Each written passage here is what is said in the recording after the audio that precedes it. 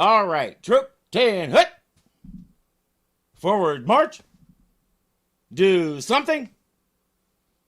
Welcome to Fort Irving.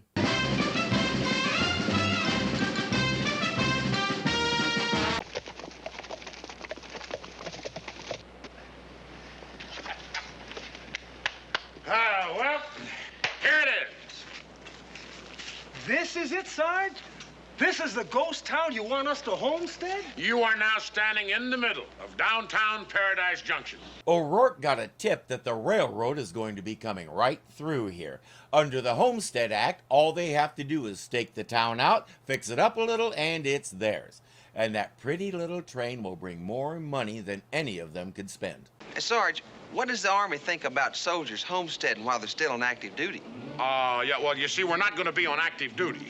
Well, Sarge, we can't all apply for furloughs at the same time. You could all get lost at the same time. How long do you suppose it'd take a crack search team from Fort Courage to find this place? We're not going to apply for furloughs. You see, Article 627-3 of the Army Manual clearly states that any soldier who has had 6 years of continuous service may legally buy out of the Army.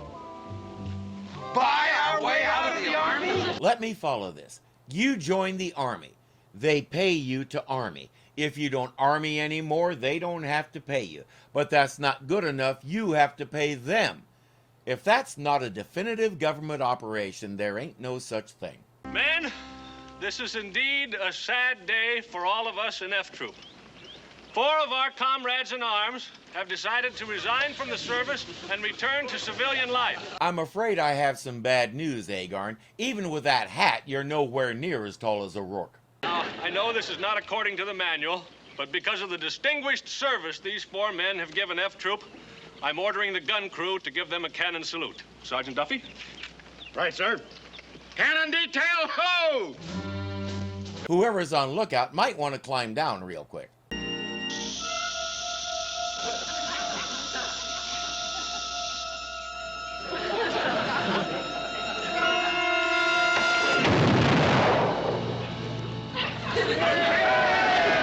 Or not. Looks like the new crew learned how to aim it and everything. Hi, Jane. Well, what have you got there? A cannonball. Where'd you get a cannonball? It came through the window of my store. I may have spoken too soon. Sorry about that, Jane. We were just giving the fellows a cannon salute. But don't worry now, the government will repair any damage. Good. The government owes me a window, 2 store dummies, and a size 44 corset. I want to be in the office in Washington when they get that requisition order. Well, Janie girl, maybe you better move the location of your shop, like over to Paradise Junction. Never, O'Rourke. I prefer cannonballs to ghosts. I never understood the whole thing about being afraid of ghosts. Assuming they exist, I'm not going to argue one way or the other, so don't try to engage me. By definition, they're non-corporeal, which means they have no substance, which means they can make a lot of noise and weird visual stuff, but what can they really do? A lot of folks in these towns have heard ghostly screams and ghostly shots and have seen the ghost of Black Jack Crawford riding through the town at night on the ghost of his gray horse, carrying a girl in a bridal gown who's the ghost of Maud Fletcher. And why should we be afraid of that? Sounds to me like old Jack's got other things on his mind. O'Rourke isn't buying it. His first order of business is to see Wild Eagle about whiskey for the new saloon. We're gonna homestead a town right next to the new railroad line. What is the name of this town? Paradise Junction. Paradise Junction? Absolutely no credit. Why not?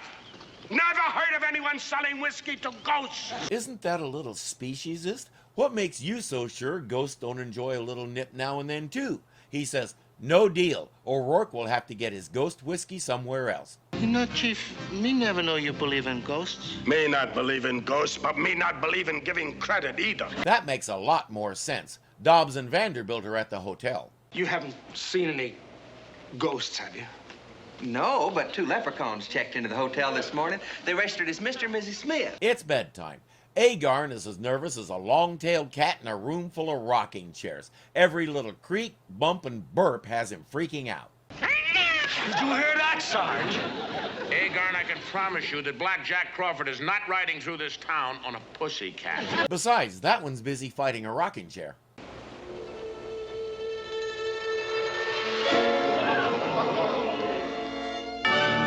If that's a ghost, he's a ghost that needs a bath. Predictably, Agarn stays awake all night, so he's got a serious case of the droop. Meanwhile, back at the fort... They did it again, Wilton. Did it come through your fitting room? No, it landed in Mrs. Duncan's bustle. She says, if you can't get those guys back, I may have to move to Paradise Junction after all. Being scared is a lot better than being shot. Oh, and by the way, she has a letter for him. Anything important, Wilton? No. I just have to send a detail to guard a group of railroad surveyors at Redwood City. Well, I'll see you later. Oh, wait a minute, Jane. Do you realize what this means? Yes. If you send the cannon crew, they'll wipe out the railroad. That's the point. The railroad is now going to Redwood City and not Paradise Junction. We're playing it for laughs here, but this did happen more than once while the railroads were being built. A town would get wind that it was coming their way, they'd spruce up, invest heavily in town infrastructure and drawing businesses in, then the railroad would change the route to somewhere else and the town was left with huge bills and no way to pay them. That's how a lot of ghost towns got that way. I wonder if O'Rourke knows that. Of course not. But I'm going to ride over there right now and tell him, and they'll be back in F Troop by sundown. Wilton, I wouldn't do that. But, Janie, I can't let them homestead that ghost town. Without the railroad, they'll never get any people to settle there. But O'Rourke and the others might not believe you. Easy, show them the letter. No, that's way too easy. Jane has to come up with something a lot more complex and likely not to work. Sarge! The ghosts! Dobbs, light that ladder. Nobody panic. I'm scared! Don't panic. It must be our imaginations. Isn't it amazing that you all imagine the exact same thing at the exact same time? Now don't tell me that's my horse coming down the street.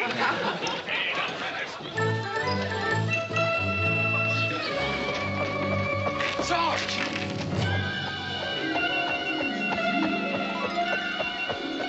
I thought they were supposed to be tearing through the town at high speed. That looks more like a four-legged mosey.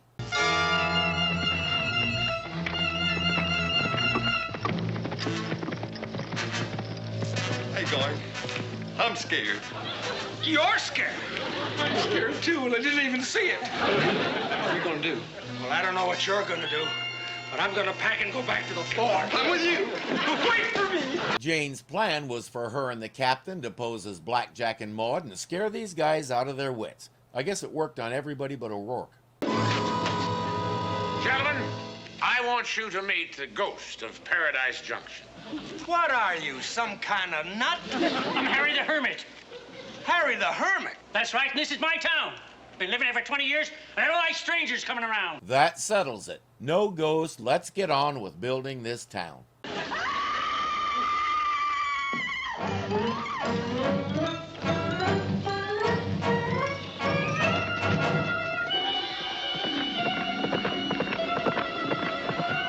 That's more like it. And as we know, Jane could get used to being this close to Wilton in a wedding gown. Now somebody just has to explain to him why. And it's back to the fort! Hey, wait a minute, Dobbs, Agarn! Wait a minute, where are you going? To the big city. This is no place for an out-of-work hermit. O'Rourke still isn't buying it, but there's not much he can do. Mutiny accomplished.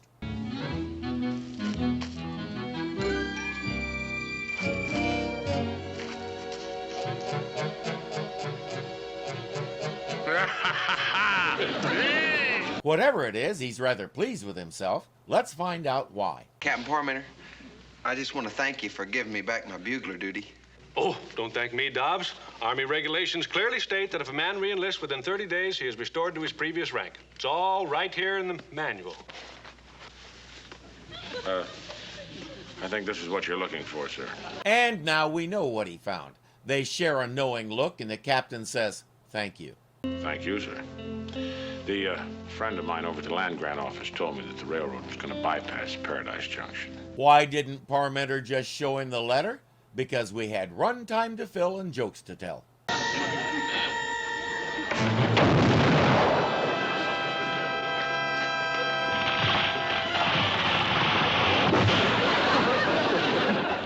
Well, F Troop back to normal, sir. Including that one.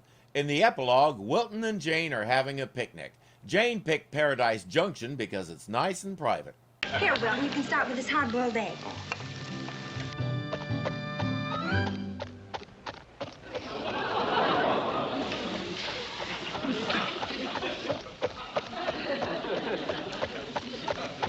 Will you pass the salt, please, Jane? After the picnic, Jane went home happy, secure in the knowledge that her wedding gown is way nicer than Maud's. If you're enjoying this, be sure to click the thumbs up button to show you like it. If you're not subscribed yet, punch me in the face right here and get it done. And don't forget that you can become a patron and help keep this kitty fed. The link is below. Until next time.